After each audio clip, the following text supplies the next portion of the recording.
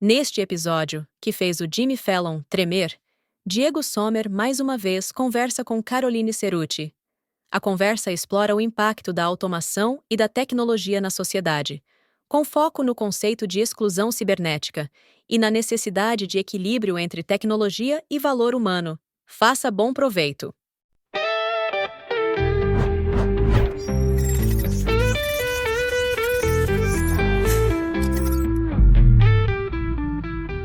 Considerando a disparidade tecnológica existente entre os países e a capacidade de transmitir para os seus cidadãos, já se denota a dificuldade que estes terão para compor o futuro mercado de trabalho.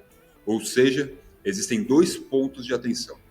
O primeiro no que se refere à substituição total de alguns postos de trabalho, resultando em desemprego estrutural, e o segundo que diz respeito ao acesso da tecnologia e à qualificação desses profissionais.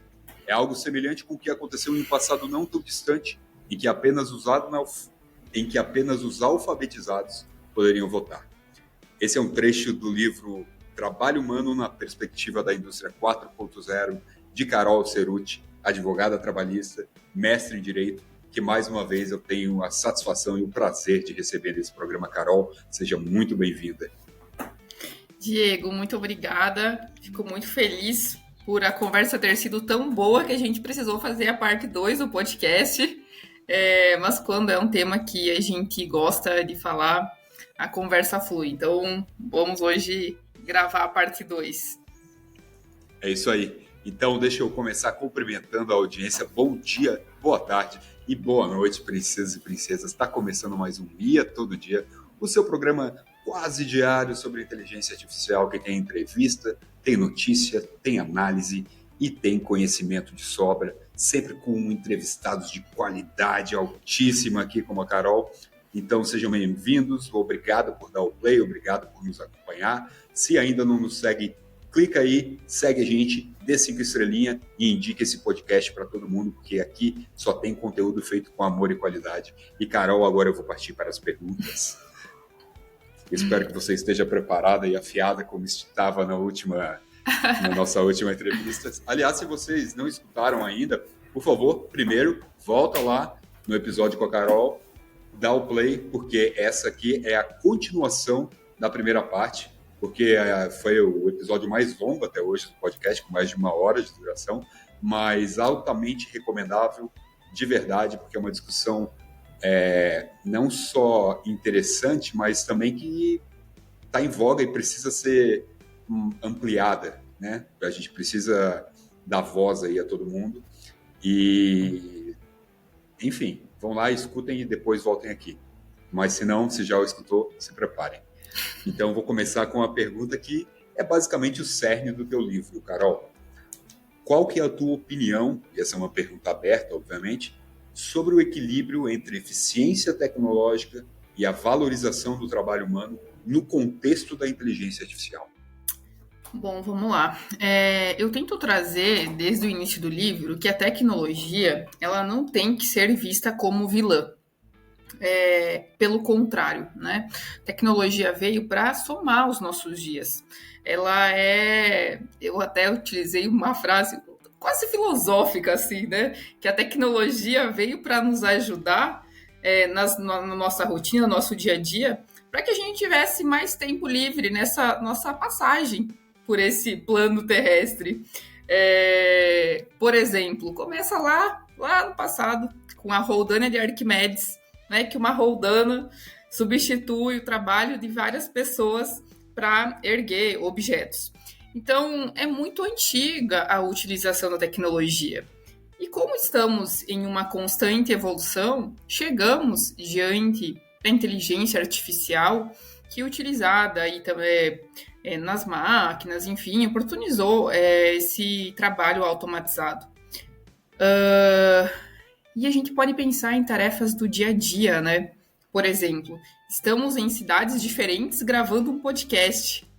Quando que a gente poderia fazer isso se não fosse pela internet? E bem longe um do outro, né? Não longe. É uma cidade perto. Exato. Waze. A gente chega muito fácil de um lugar no outro. Última viagem que eu fiz, eu usei o ChatGPT ao invés de usar o Google Maps. E ele me falava todas as rotas que eu tinha que fazer, qual metrô eu pegava, trocava em qual estação. Então, assim, eu aproveitei muito mais a viagem, fiz muito mais coisa, porque tinha uma ferramenta que facilitava o meu roteiro. Então, assim, e eu tô dando exemplos de dia a dia para a gente entender o quanto a tecnologia, essas ferramentas, são importantes e facilitam a nossa rotina. E trazendo para o âmbito da indústria, as empresas que não utilizarem de tecnologia, que não forem inovadoras, vão ficar para trás. Porque hoje as empresas elas não concorrem mais só com a empresa da cidade, com a empresa do bairro, concorrem em nível global. Então, a gente pode imaginar, por exemplo, uma empresa de ecobag. Não é mais só com a empresa da cidade, né? Tem aí a Shopee, por exemplo, tem a Shein, enfim, que vende de todo o local.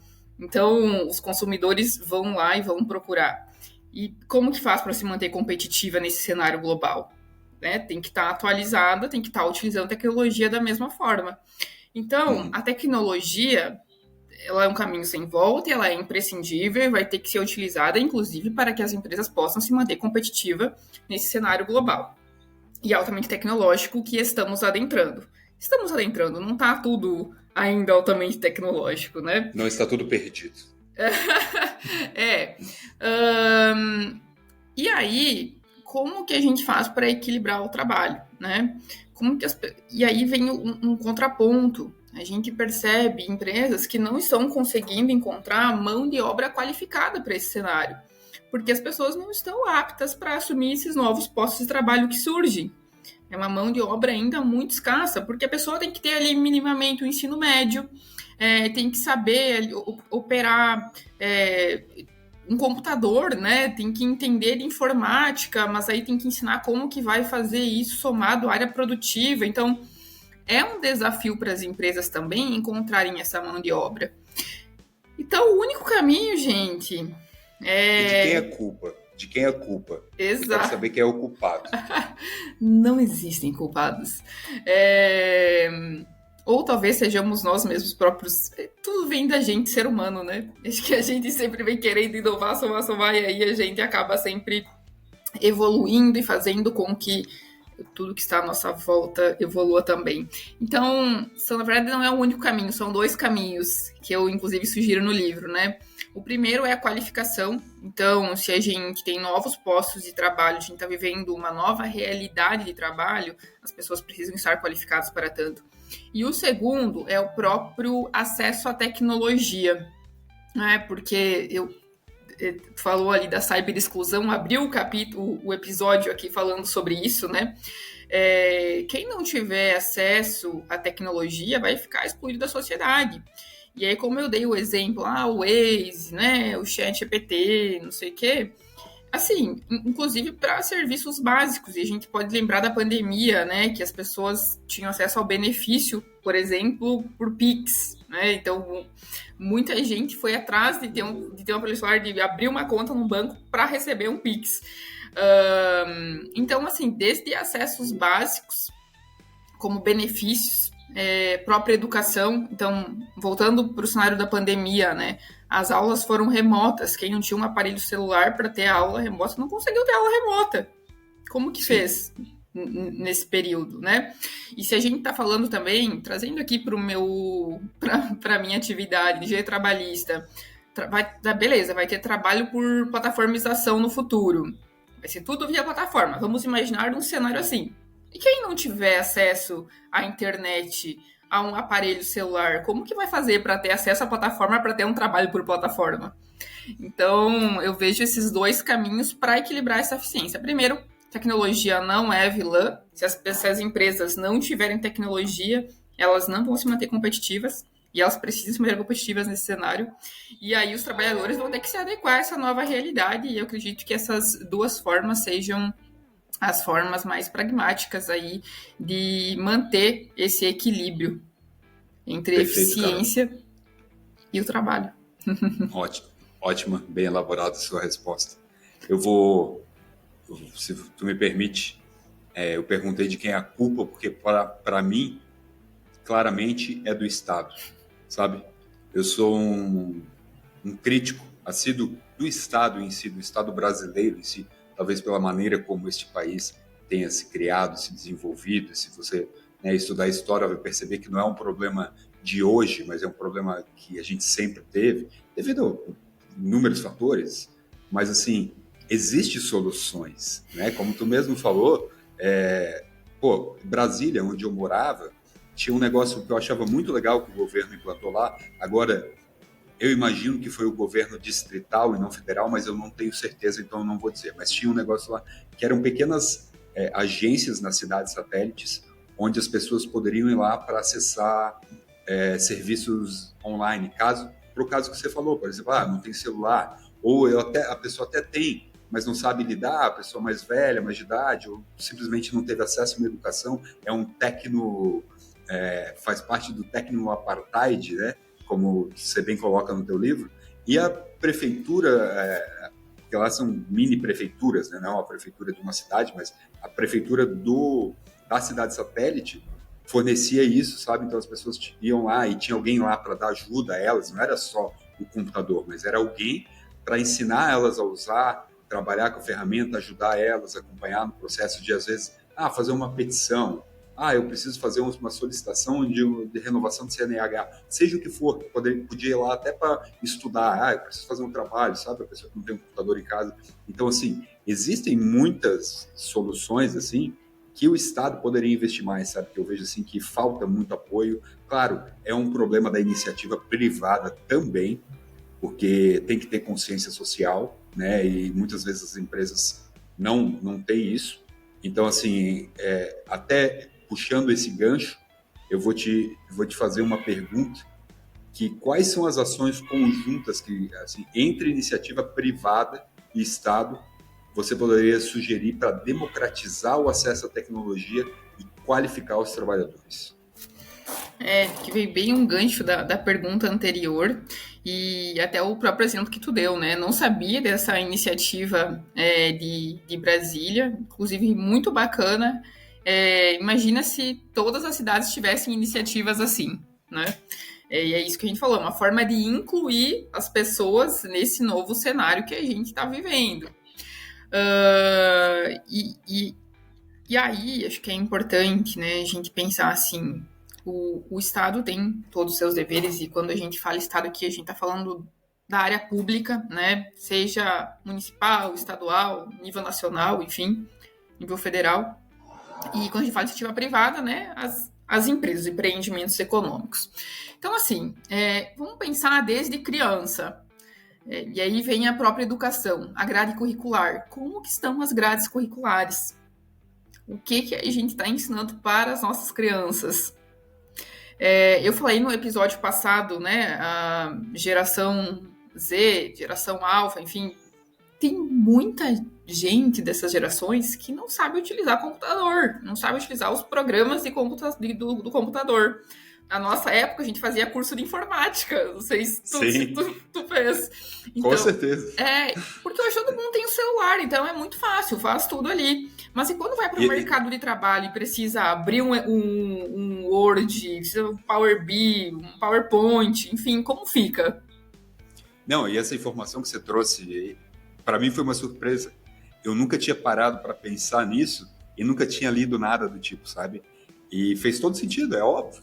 É uma geração que não precisa, porque eles já nascem com o celular e faz tudo pelo celular. Inclusive, às vezes não sabe nem escrever, no final das contas, porque no celular você bota VC em vez de você, e você utiliza diminutivos da palavra e versões que enfim, que a gente inventa, né? E isso foi uma baita informação. E assim, se a gente pensa em um cenário de sustentabilidade, a gente tem que pensar o trabalho para as próximas gerações, né? Sempre pensar para as próximas gerações e pensar o trabalho para as próximas gerações. Então, como vem essa geração para o mercado de trabalho, né? Como que está a habilidade de comunicação? Não sei se tu chegou a ver alguma notícia também da geração que está indo para a entrevista, tem gente que está levando os pais para a entrevista. Sim, não é uma crítica, mas é uma realidade decorrente do atual cenário de onde elas vieram.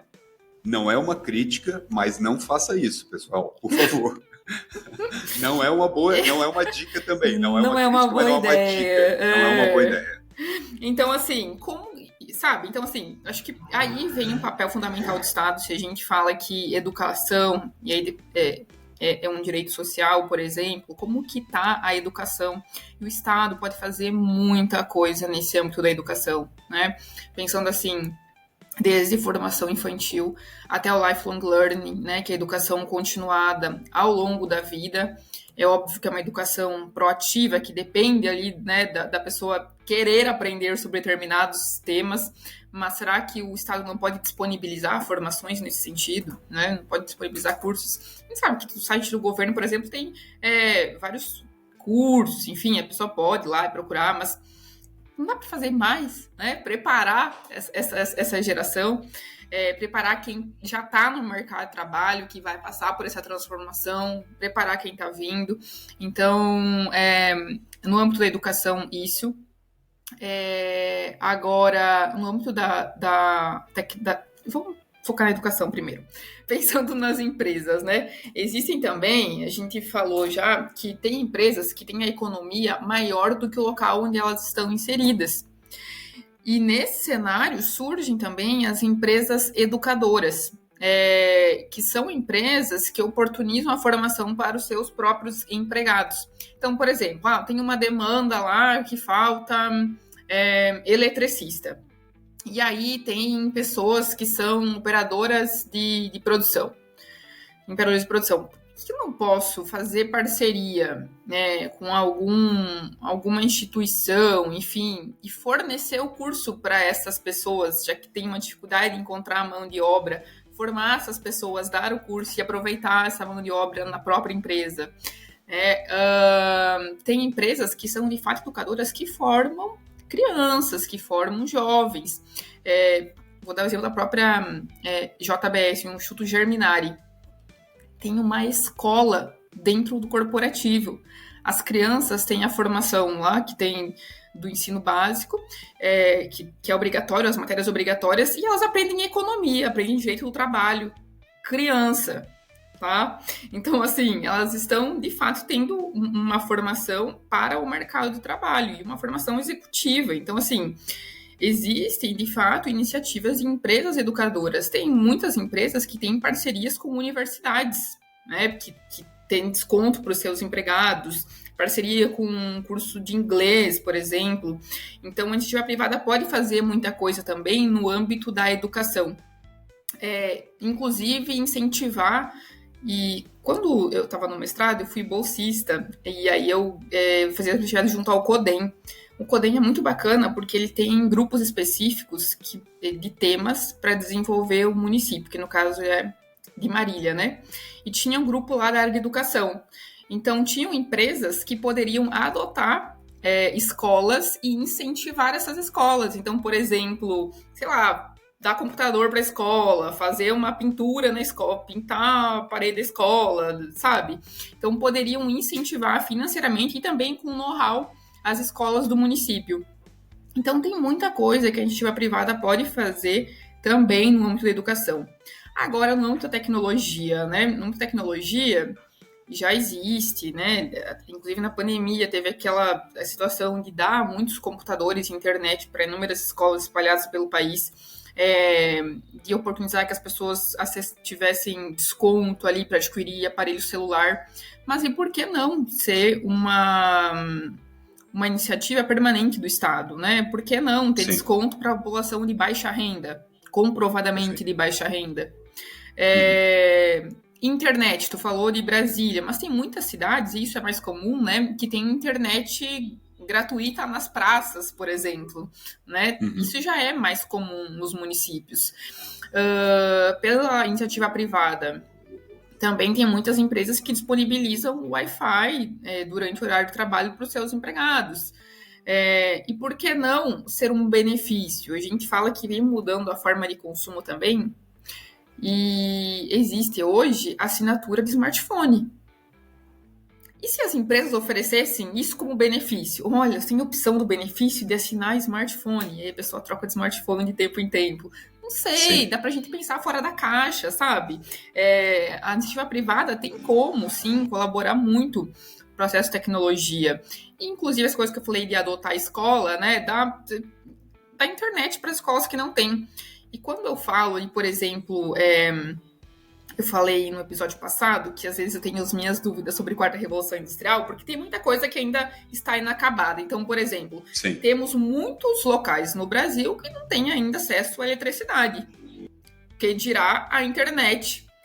Então, existem ainda muitas coisas para serem sanadas antes de a gente pensar em um cenário que a IA vai dominar tudo, que a tecnologia vai dominar tudo. Óbvio, assim como tu começou lendo o trecho, né? Alguns países saíram na frente nessa corrida, algumas dentro do nosso próprio país, algumas regiões também saem na frente.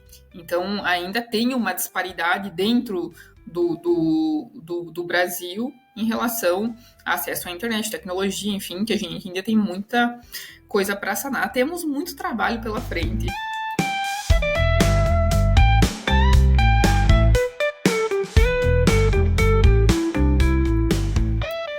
Perfeito, Carol. Não, bem colocado, cara. Eu acho que é isso mesmo. Mas esses exemplos que tu deu são bem pontuais, assim, e você veja bem, são coisas simples que podem ser feitas, que deveriam estar sendo feitas, mas que por alguma razão não são, né? Mas é bem esse o caminho mesmo, eu acho muito legal. Por isso que eu gostei muito do teu livro, justamente porque ele dá esse panorama e dá essas ideias, como você bem colocou aqui. Agora, tocando um pouco na parte da tua formação em Direito, né? Como que tu acredita que a tua formação, ou que a formação em Direito pode se adaptar para preparar os futuros profissionais para o mercado influenciado pela inteligência artificial, especificamente? Aí eu acho que eu vou até falar um pouco do que a gente falou sobre os desafios profissional do direito, né? Eu acho que a nossa própria formação também, e aí sempre vem da formação, né? Por que não a gente ter matéria de controladoria jurídica, por exemplo, no curso de Direito, né? De saber como utilizar a inteligência artificial para acelerar os procedimentos internos de um escritório ou de um departamento jurídico. Inclusive, desculpa te interromper, mas nessa semana, agora, na segunda-feira, a gente teve uma entrevista com um advogado trabalhista e ele dá palestra sobre o uso de ChatGPT em escritórios, para advogados e tal, e ele falou nessa mesma linha, assim, corroborando, indo ao encontro do que tu falou, sabe? Cara, eu só queria convidar as pessoas para ouvirem aquele episódio também, aproveitando o gancho, desculpa te interromper, Imagina. mas eu não podia perder essa, porque principalmente se você trabalha na área de direito, além de ouvir esse aqui, ouça a entrevista que a gente teve também com o Carlos, que foi sensacional. Desculpa, Carol, por favor, continue. Imagina, Diego. Não, acho que é isso. Esse é um exemplo de matéria que pode vir. Então, as relações de trabalho, né? A gente fala que está mudando, enfim. E tudo está virando contrato. Então, por que será que a gente vai ter que estudar mais contrato? A gente vai ter que estudar, sei lá, aquisições, focar mais em outras áreas do direito, porque as relações estão mudando, relações sociais, e isso impacta diretamente no direito, porque direito estuda as relações sociais. Então, uma vez que elas estão mudando, a gente vai ter direito digital. Existe isso já? Existe direito então, digital? Ou eu digo assim, uma matéria sobre isso? Não. Existe pós-graduação hoje em direito digital, mas te confesso que eu não sei se tem na graduação. Talvez tenha que ter. Eu acho que eu fiz direito há 2 anos atrás, comecei uma faculdade de direito. Aliás, eu fiz por 2 anos, há 2 anos eu parei. Porque não é para mim, simplesmente não é a minha área. Inclusive, parabéns para vocês. Mas assim, e não tinha. Naquela época não tinha. 2 anos atrás, com certeza não tinha. Não, imagina. Jurimetria. Também, não sei se hoje tem na graduação, mas existem especializações sobre isso. Talvez sejam matérias para se incluir na graduação. Isso que eu falei, estudar os impactos que a tecnologia tem, o quanto está sendo utilizado e trazer isso para a graduação. Né, para que também a pessoa não chegue depois do mercado de trabalho, fique assustada em relação a esse tema e tenha que ir atrás e buscar uma especialização, buscar um curso. A gente vê muito curso sobre esses temas hoje, mas acho que tem que dar um passo atrás, né, trazer para o âmbito da graduação e provocar mais debates. Né? A gente sabe que tem muita universidade que, de fato, incentiva a produção acadêmica, né? Mas aquilo que a gente falou também, a regulamentação da inteligência artificial e o bloqueio do X. Então, trazer discussões para esse âmbito do impacto que a tecnologia tem no dia a dia. Então, eu lembro, por exemplo, eu fiz um artigo no mestrado que falava sobre a tributação na vertical farm, que é a fazenda vertical. Então, assim, é uma atividade agrícola, mas que está na área urbana. E como que fica a tributação nesse cenário? A gente sabe que, né, tem tributação diferente. Então, trazer discussões desse novo cenário que a gente está vivendo, né? É isso, cara. Eu concordo plenamente contigo. Eu vejo assim, você até falou da área de ensino antes e agora novamente, né? Eu vejo que a gente tem um foco que é errado. Talvez não seja essa palavra que eu estou procurando, mas assim, a gente não ensina aquilo que realmente precisa. Por exemplo, ensinar economia para criança, né? O brasileiro, porra, vai ver, toda hora tá saindo, não, o brasileiro está mais endividado do que nunca. Não sei o quê. Porque, cara, a gente acredita mais na loteria do que em guardar dinheiro. Sabe? No tigrinho agora, né? No tigrinho, cara, a gente gasta em aposta. Tá virando doença. Você vai na Alemanha para ver isso. Eu uso a Alemanha porque é extremo, né? Mas assim, pode ser o Japão, pode ser qualquer país desenvolvido, pode ser a França. Cara, a população sabe que não dá para fazer isso. Claro, eu estou generalizando, né?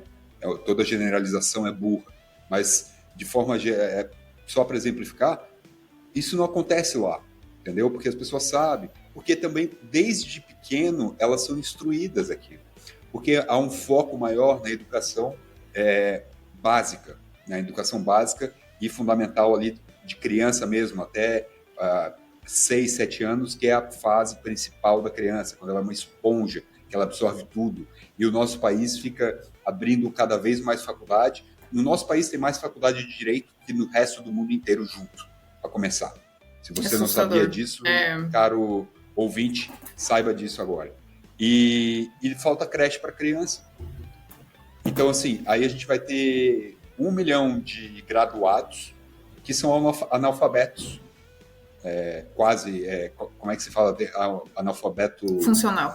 Funcional, né? Que não sabe interpretar um texto básico. Então, e lá as crianças são largadas às traças e falta foco no que realmente precisa. O Estado investe onde dá mais voto e não onde precisa, sabe? E isso me deixa enojado às vezes. Eu não sei porque que eu cheguei nesse ponto, mas eu acho que estava acumulando de antes que eu queria falar. Você falou do ensino, mas é que daí na universidade é a mesma coisa, também falta foco, porque o aluno sai da universidade, não importa a graduação, tá? Não estou falando aqui de direito, estou falando de qualquer graduação, porque eu também fiz graduação, fiz mestrado, tudo, e assim, a gente sai e às vezes a gente fica só naquele mundo teórico e a prática é totalmente diferente, cara. Não tem uma parceria público-privada para que a gente possa botar em prática, pelo menos começar a entender como funciona lá fora, como é feito em países desenvolvidos. E por exemplo, quando eu falei da educação também, a Alemanha tem um sistema dual de educação. O que é isso? É a parceria entre a iniciativa privada e o Estado. Então, existe, de fato, essa parceria que eles casam a grade curricular. Olha, a iniciativa privada vai lá e fala, Estado, eu preciso que o profissional venha sabendo X, Y e Z. Beleza, vamos adequar aqui a nossa grade curricular, vamos fazer... Talvez seja o nosso estágio aqui, né? Mas que de fato andam juntos. Mas é desde o primeiro semestre. Exato, o sistema dual de educação anda junto. É muito legal, cara. Isso aí é sensacional. Eu acho que foi por isso que eu dei o exemplo da Alemanha, porque eu lembrei que no teu livro você cita esse exemplo no ensino dual. Sistema dual de educação, né? E quando tu falou das crianças, tem inúmeros países, por exemplo, que tem e aí vem o papel do Estado, né? Eu acho que o Estado tem, de fato, um papel importante. Falar, não tem que ter Estado. Acho que tem que ter, mas tem que ter no seu papel. Não, tem que ter, no seu papel que lhe cabe. Então, por exemplo, existem inúmeros países que a licença maternidade é estendida justamente para que a mãe fique mais tempo com a criança, dando esse apoio para a educação ali dos primeiros meses, enfim, de vida. Então... Se eu não me engano, na Suíça é 1 ano de licença maternidade. Eu não sei, mas eu sei que tem países, mas não sei se tá assim, né, com quanto tempo, enfim, exato. Mas é justamente isso, eu acho que é gastar energia. O problema é que eu acho que a gente sempre quer... Vem assim, aí a gente quer, não, isso aqui tá tudo errado, vou fazer totalmente diferente. Parece que a gente não vê em uma evolução, né? A gente fala em Estado, quando a gente fala em Estado, eu acho que a gente pensa no governo, né? O atual governo quer fazer assim, aí vem outro governo, não, tá tudo errado, vou mudar. Não há uma continuidade, não há um plano. Isso, não se pensa, né, no Estado em si. Mas é isso, Carol. Eu trabalho no governo e trabalhei no governo federal. E eu passei por 3 governos diferentes. Temer, Bolsonaro e Lula. Eu não vou fazer julgamento de mérito, qual que é melhor, qual que é pior. Eu vou te dizer que enquanto eu fiquei lá nesses 3 períodos, né, nessas 3 gestões, todo mundo que entrava mudava tudo, simplesmente, e todo mundo cometia os mesmos erros. E sério, o cara chegava, não, isso aqui tá tudo errado, vamos fazer assim. Aí, porra, não deu certo. Ah, não, vamos voltar para aquilo. Aí mudava a gestão, às vezes mesmo dentro do mesmo governo mudava a gestão, porque trocava o ministro, então troca o ministro, troca todo mundo, e começava tudo de novo, cara. Não há uma linha, não há um aprendizado, não há continuidade. E assim, é um ciclo infinito de erros, e quando o cara começa a acertar, troca. Entendeu? E aí quem entra não tem a decência, e quem sai também não tem a decência de conversarem. Entendeu? E se acertarem e dizer, pô, eu fiz isso aqui dá certo, isso aqui não dá. Não, é tipo inimigos mortais. E, cara, foda-se o Brasil. É isso. Tipo, eu quero saber de mim, quanto pior, melhor. Sabe?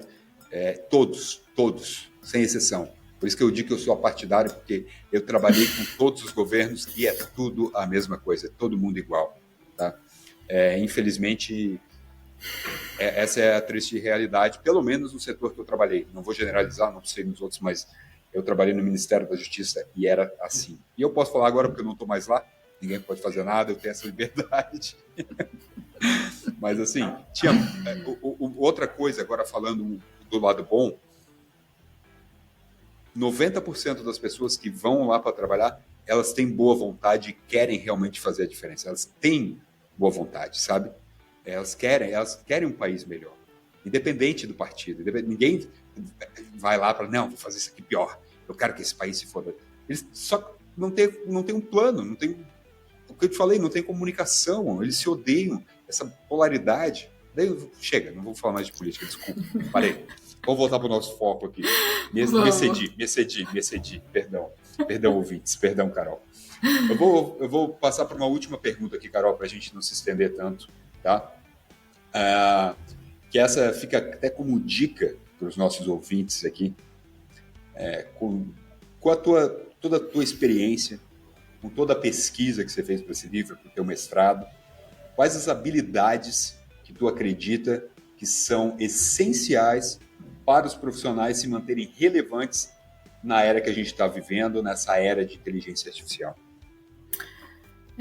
Acho que a gente vem falando muito em aprendizagem, né? E eu acho que a principal... Eu acho que antes de falar habilidade, eu tenho uma frase que eu gosto muito, que é que nunca nos falte o brio, né? Que a gente sempre seja ativo, a gente goste da vida, a gente tenha coragem. Eu acho que é isso. Talvez não seja nenhuma habilidade, e eu não coloquei isso no livro, mas eu acho que quando a gente tem isso, é mais fácil de buscar as outras coisas, né?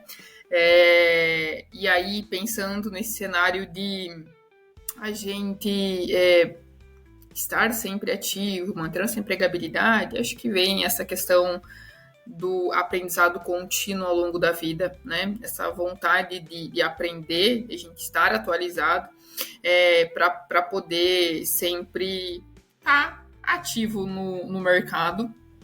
E também, né, junto com a aprendizagem, vem a questão da alfabetização TIC, que é a alfabetização em tecnologia, informática e comunicação.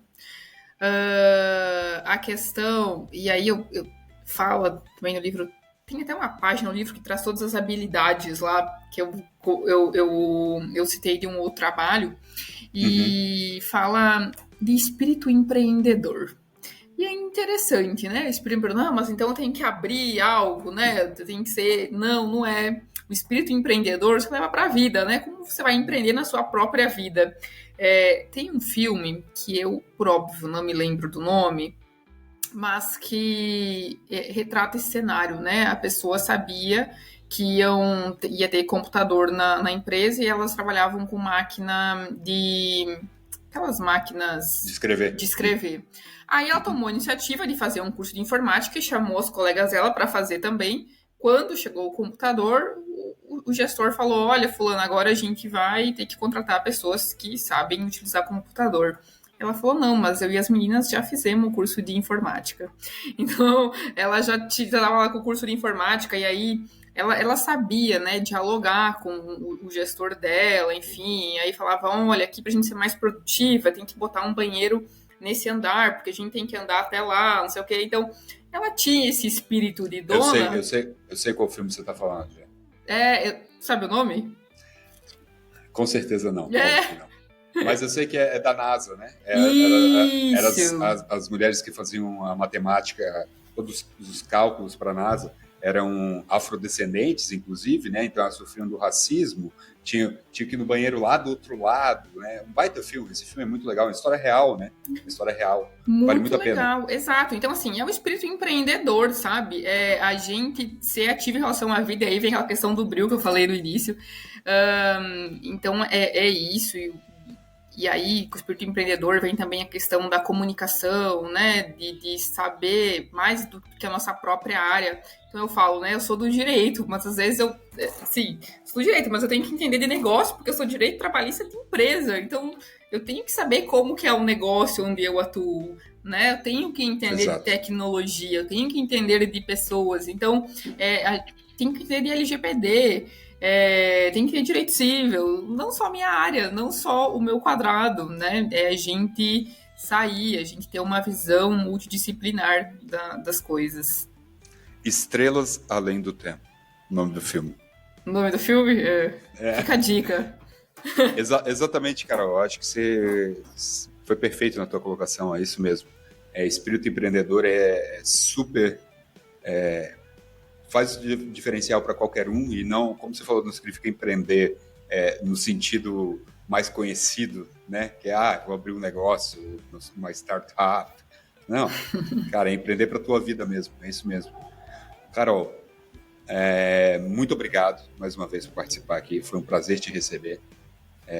Eu já fiz esse convite para ti, mas agora eu estou fazendo para todo mundo saber que eu gostaria muito de te ter como parceiro aqui do podcast, porque primeiro que eu te acho muito inteligente, você tem uma boa desenvoltura, você fala bem, e seria muito legal ter uma parceira como você aqui para trabalhar, para a gente discutir as notícias e quando eu me excedesse na parte da política, você podia me cortar. Entendeu? Mas, pode então, deixar. Pessoal, façam uma campanha e vão no arroba Carol Cerutti, com 2 T's, peçam para ela aqui que eu preciso de uma parceira, acho que seria legal, quero dar voz para as mulheres desse programa também.